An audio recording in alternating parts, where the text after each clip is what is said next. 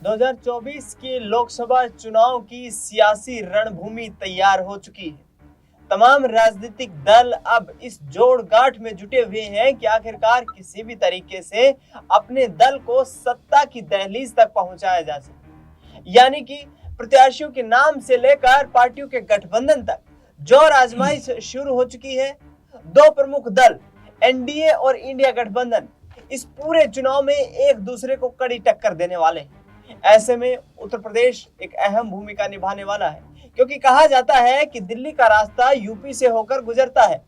यानी कि उत्तर प्रदेश की राजनीति में जो पार्टी बाजी मार जाती है, दिल्ली की सत्ता पर काबिज होना उसके लिए आसान हो जाता है। इसी कवायद में तमाम राजनीतिक दल जुड़े हैं। इंडिया गठबंधन का भी गठन इसलिए किया गया था कि उत्तर प्रदेश में कमजोर होती कांग्रेस पार्टी के लिए तमाम जो क्षेत्रीय दल हैं उनके सहयोग से एक मजबूत जमीन तैयार की जा सके और आने वाले चुनाव में महत्वपूर्ण कदम उठा करके क्षेत्रीय दलों के माध्यम से कांग्रेस पार्टी फिर से केंद्र की सत्ता पर काबिज हो सके।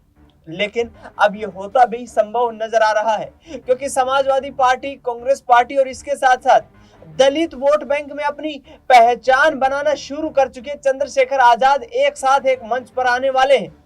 62 सीटों पर कांग्रेस समाजवादी पार्टी चुनाव लड़ने वाली है, जबकि 17 सीटें कांग्रेस पार्टी के खाते में गई है। वही कहा जा रहा है कि एक सीट पर चंद्रशेखर आजाद को भी चुनाव गठबंधन के जरिए ही लड़वाया जाएगा। यानी कि भारतीय जनता पार्टी को घेरने की तैयारी शुरू हो चुकी है। वो भारतीय जनता पार्टी जो करीब 2 महीने पहले राम मंदिर के मुद्दे को एक पूरे देश भर में भुनाना चाहती थी और उसके दम पर यहाँ पर तमाम विपक्षी दलों को नेस्तनाबूद करने की रणनीति तैयार कर चुकी थी। आगामी वक्त के लिए उनके लिए चुनौती खड़ी होती नजर आ रही है, क्योंकि जिस आधार पर तमाम विपक्षी दल यहाँ पर जो रणनीति तैयार कर रहे हैं उसके आधार पर उनकी कोशिश यही है कि यहाँ पर बीजेपी को यूपी में ही दबोच लिया जाए। पूरी घटनाक्रम पर बात करेंगे। मेरे वरिष्ठ सहयोगी अमन जी मेरे साथ हैं। अमन जी, आपका बहुत बहुत स्वागत है। यूपी की बात कर ले अमन जी, सीट शेयरिंग को लेकर सपा और कांग्रेस के बीच लगभग सहमति बन गई है। अखिलेश यादव भी कह रहे हैं कि मैं अब जो भारत जोड़ो न्याय यात्रा उसमें शामिल होऊंगा। आखिरकार कितनी मजबूती यूपी से इस गठबंधन को मिल पाएगी, आगे भी बहुत पहलुओं पर बात करनी। बिल्कुल दिनेश जी, अगर यूपी की आप बात करें, जाहिर सी बात है कि अगर हम सत्ता के गलियारे की बात करते हैं तो बिल्कुल आपने सही कहा कि उसका रास्ता जो है वो यूपी से होकर जाता है। और क्योंकि यूपी में 80 सीटें आती हैं और लगातार लोग इस जो सियासी लोग हैं वो इस फिराक में रहते हैं कि कैसे इन सीटों पर कब्जा किया जाए। क्योंकि 2014 की हम बात करें तो उस समय पीएम मोदी की जिस तरह से हवा बनाई गई, जिस तरह लहर जो है देखने को मिली, और उसमें यूपी की कम से कम 72 सीटें जो है सिर्फ बीजेपी के पाले में आ जाती हैं, ये अपने आप में उनकी बड़ी जीत थी। लेकिन अगर हम 14 में बात करें कि बीएसपी की बात करें तो उनके हाथ में एक भी सीट नहीं आती है। वहीं जब 2019 आता है उस वक्त जो कह सकते हैं सपा और बसपा का जो गठबंधन बनता है दिनेश, उसमें बहुत सारी चीजें निकलकर सामने आती है। क्योंकि ये कहा जा रहा था कि भाई ये जो बुआ और भतीजे की जोड़ी बनी है इसमें कोई दम नहीं है, ये कुछ भी नहीं कर पाएंगे। लेकिन ना करते करते भी उन्होंने बीजेपी को 10 से 12 सीटों का झटका दिया, क्योंकि 15 सीटें इस गठबंधन के हाथों में आई। तो आप ये जरूर मान सकते हैं कि अगर सपा और बसपा अगर एक साथ आते हैं तो ये समीकरण और भी अधिक बदल जाते हैं। क्योंकि अगर 2024 की हम लोग बात करें तो इसमें सपा के साथ में फिलहाल बसपा मौजूद नहीं है, लेकिन कांग्रेस पार्टी उनके साथ खड़ी हुई है और जो सीट शेयरिंग है उसको लेकर बात कंफर्म हो गई है। क्योंकि लगभग 62 सीटों पर जो है सपा चुनाव लड़ती हुई नजर आएगी, एक पे आजाद को भी सीट देते हुए दिखाई पड़ रहे हैं। तो जो 17 सीटें वहां पर कांग्रेस पार्टी अपना दमखम दिखाती हुई नजर आएगी। इसमें मैं कुछ चीजें और जोड़ना चाहूंगा दिनेश, क्योंकि हम जयंत चौधरी को लेकर लगातार बातें करते भी रहे हैं, लेकिन जयंत चौधरी की भूमिका इस समय सबसे महत्वपूर्ण होने वाली है बीजेपी के लिहाज से भी और सपा के लिहाज से भी। क्योंकि जब से जयंत चौधरी ने बीजेपी का दामन थामा है उसके बाद से आप देख रहे हैं किसान आंदोलन के जरिए कहीं ना कहीं उनकी बोलती बंद हो गई। आपने देखा कि जयंत चौधरी के कोई बयान सामने नहीं आ रहे हैं, और बीच में तो अगर आप दिखा पाए तो एक वीडियो भी सामने आया जहां पर वो कहते हैं कि अपने लोगों से बैठ के बात कर रहे हैं कि आप बताइए मुझे क्या करना है, अभी तक मैंने बीजेपी के साथ में गठबंधन फाइनल नहीं किया है। तो यहाँ पर जो इंटरेस्टिंग कह सकते हैं फैक्ट है वो निकल के सामने आ रहा है, क्योंकि यहाँ पर अगर सपा के साथ जयंत चौधरी दोबारा आते हैं तो यहाँ ये मानकर चलिए कि बीजेपी की राह मुश्किल हो जाएगी, क्योंकि जो पश्चिम यूपी है वहां के किसान भी गुस्से में बैठे हैं। और आपने देखा होगा राकेश टिकैत लगातार किस तरह की हुंकार भरते हुए नजर आ रहे हैं। 14 मार्च को वो जो है एक बड़ा आंदोलन करना चाहते हैं और अभी भी लगातार बदस्तूर उनके बयान निकल के सामने आ रहे हैं। तो ऐसे में समाजवादी पार्टी जो है वो कड़ी टक्कर देने की स्थिति में बीजेपी को नजर आती है, क्योंकि बीजेपी की कई सीटें ऐसी हैं जहां पर वो पूरी तरह से फंसे हुए दिखाई पड़ते हैं। आप देखें कि लगातार ये कहा जा रहा है कि यूपी में कई सीटों पर वो बदलाव चाहते हैं, जैसे ब्रजभूषण की सीट है, जिस तरह से उसको कहा जा रहा है कि जो महिलाओं के ऊपर जो बातें, खासकर जो महिला हमारे प्लेयर्स हैं उन्होंने जो सवाल उठाए उसका जवाब बीजेपी अभी तक दे नहीं पाई। अगर वहां से ब्रजभूषण को दोबारा उतारा जाता है तो अपने आप में बीजेपी की इसमें बहुत बड़ी हार हो जाएगी कि भाई एक शख्स के खिलाफ आप इतनी कह सकते हैं कि सहनशीलता क्यों दिखा रहे हैं, क्योंकि ऐसे गंभीर मुद्दे उनके ऊपर लगे। आप देख रहे हैं बंगाल में किस तरह से बीजेपी के तमाम सारे कार्यकर्ता इस समय जो संदेश खाली है वहां पर जाना चाहते हैं, लेकिन ब्रजभूषण के खिलाफ एक भी शब्द नहीं बोलना चाहते। तो ऐसे कई मुद्दे जिसको लेकर अखिलेश यादव, राहुल गांधी अब यहाँ पर बीजेपी को घेर सकते हैं। और अगर आप ये मानकर चले अगर 15-20 सीटें भी इस गठबंधन के हाथ में आती हैं तो बीजेपी को करारा झटका इसलिए लगेगा क्योंकि उसके जो सहयोगी दल है, आप देखें अपना दल देखें, आप ओपी राजभर देखें, आप निषाद देखें और राजा भैया को भी आप देखें जिससे लगातार बात चल रही है, आप जयंत चौधरी देखें, तो यहाँ पर अगर बीजेपी को सिर्फ बीजेपी की बात कर रहे हैं, यहाँ पे अगर 30 से 35 सीटें मिलती हैं तो उनकी कमर टूटती हुई यहाँ पे नजर आ सकती है।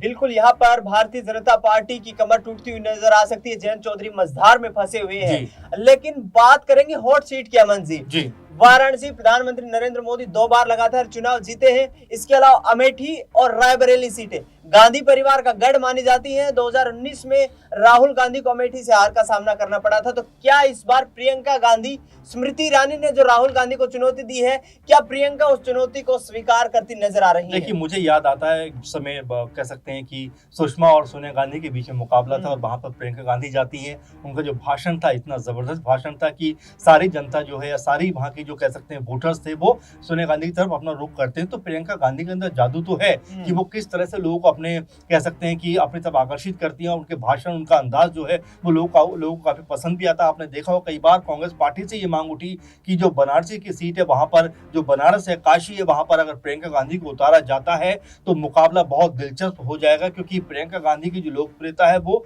पीएम मोदी की टक्कर को देता हुआ नजर आ सकता है। ये बात जो है कई बार इसको लेकर सवाल उठे हैं, कई बार इसको लेकर बातें उठी हैं। तो ऐसे में चाहे रायबरेली की बात करें, अमेठी की बात करें, ये जो यूपी की सीटें हैं इन पे लगातार जो कांग्रेस है, उनका जो कह सकते हैं गांधी परिवार है, उनका लगातार दबदबा देखने को मिलता रहा है। अमेठी से कई तरह की खबरें सामने आ रही हैं कि क्या वहां से जो है प्रियंका गांधी चुनाव लड़ेंगी, वरुण गांधी का भी नाम निकल कर सामने आ रहा है, और क्या राहुल गांधी एक बार फिर से वहां पर चुनाव लड़ते हुए नजर आएंगे। क्योंकि देखिए चुनाव में हार जीत तो लगी रहती है। अगर स्मृति ईरानी ने 2019 में राहुल को हराया तो राहुल ने भी 2014 में स्मृति को हराया, इस बात की चर्चा कोई नहीं करता। तो ऐसे में हार जीत तो लगी रहती है। इसको ये कहना कि राहुल गांधी डर के भाग जाएंगे, हट जाएंगे, मेरे ख्याल में ये बहुत सही तरीका नहीं होगा। बल्कि राहुल गांधी की जो न्याय यात्रा आपने देखा होगा दिनेश जी, जब जो अमेठी पहुंचती है और वहां पर जिस तरह का उनको कह सकते हैं कि जो जन सैलाब उमड़ता है उनके लिए, लोग छतों पर खड़े हुए नजर आते हैं उनके इंतजार में, तो ये बताता है कि राहुल गांधी की जो लोकप्रियता है वो अभी भी बरकरार है। वहीं स्मृति ईरानी का कल ही एक बड़ा घर जो है उन्होंने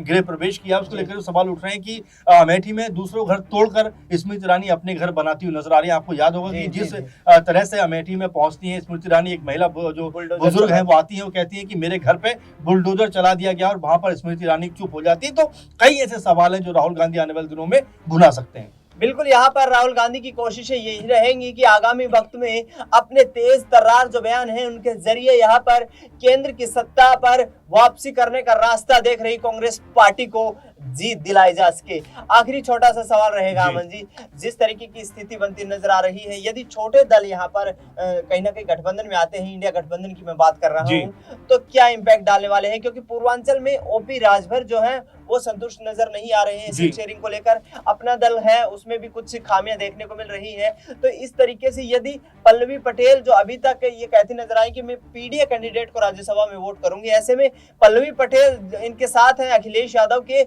राजभर यदि साथ आ जाते हैं तो क्या इंपैक्ट डाल सकते हैं पूरी यूपी में? देखिए, बिल्कुल आपने बहुत ही महत्वपूर्ण सवाल उठाया, क्योंकि ओपी राजभर की अगर आप भाषा शैली सुने तो लगातार वो लग रहा है कि बड़ी बगावत कर सकते हैं, क्योंकि आपने देखा कि अभी तक ना तो उनको मंत्री बनाया गया, ना उनके तमाम विधायक जो उनको मंत्री बनाया गया, और कल ही उनकी मुलाकात या कल या परसों मुलाकात सीएम योगी से हुई है और वहां पर तमाम विधायक उनके पहुंचे, 6 विधायक हैं टोटल, 5 पहुंचे, और ये बात लगातार फिर सामने आ रही है कि क्या अब वो बीजेपी से अपना दामन छुड़ाना चाहते हैं, क्योंकि तमाम कोशिश के बावजूद भी योगी सरकार में उनकी कोई भी अभी तक मंत्री पद उनको नहीं मिला। और ऐसे में लगातार वो कह भी रहे हैं कि भाई 3 सीटों पर कम से कम मैं लोकसभा चुनाव लड़ूंगा। तो मैं यही बात आपसे शुरू में कह रहा था कि जिस तरह से जो उनके सहयोगी दल हैं उनको बीजेपी कितनी जो है सीटें देती हुई यहाँ पे नजर आई, क्योंकि अपना दल की जो अनुप्रिया पटेल है वो भी अब ज्यादा सीटों की मांग कर रही है, निशाद भी ज्यादा सीटों की मांग कर रहे हैं, राजा भैया भी सीटों की मांग कर रहे हैं। तो ऐसे में बीजेपी की जो कह सकते हैं सीट है वो लगातार घटेंगी और यहाँ पर जो क्षेत्रीय दल है अब वो मजबूत होते हुए नजर आएंगे। आपने बिल्कुल सही कहा दिनेश। और इसमें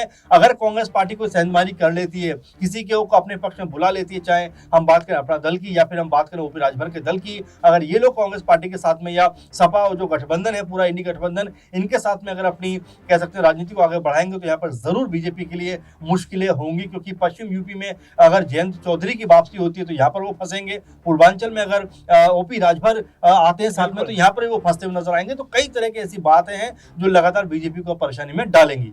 बिल्कुल, यहाँ पर भारतीय जनता पार्टी के लिए यूपी का किला जो मजबूत किया हुआ है उसको बचाए रखना इतना आसान नहीं होने वाला है 2024 के लोकसभा चुनाव में, क्योंकि तमाम जो क्षेत्रीय दल है वो कहीं ना कहीं सीट शेयरिंग के मामले को लेकर असमंजस की स्थिति में है और तमाम दल ये कहते नजर आ रहे हैं कि हम अवसरवादी हैं, यदि हमें बेहतर जहां से आउटकम मिलेगा हम वहीं पे जाना पसंद करेंगे। अमन जी, आपने जो तमाम जानकारी साझा की आपके लिए बहुत बहुत धन्यवाद। देश दुनिया की तमाम बड़ी खबरों के लिए आप देखते रहिए नेक्स्ट 9 न्यूज।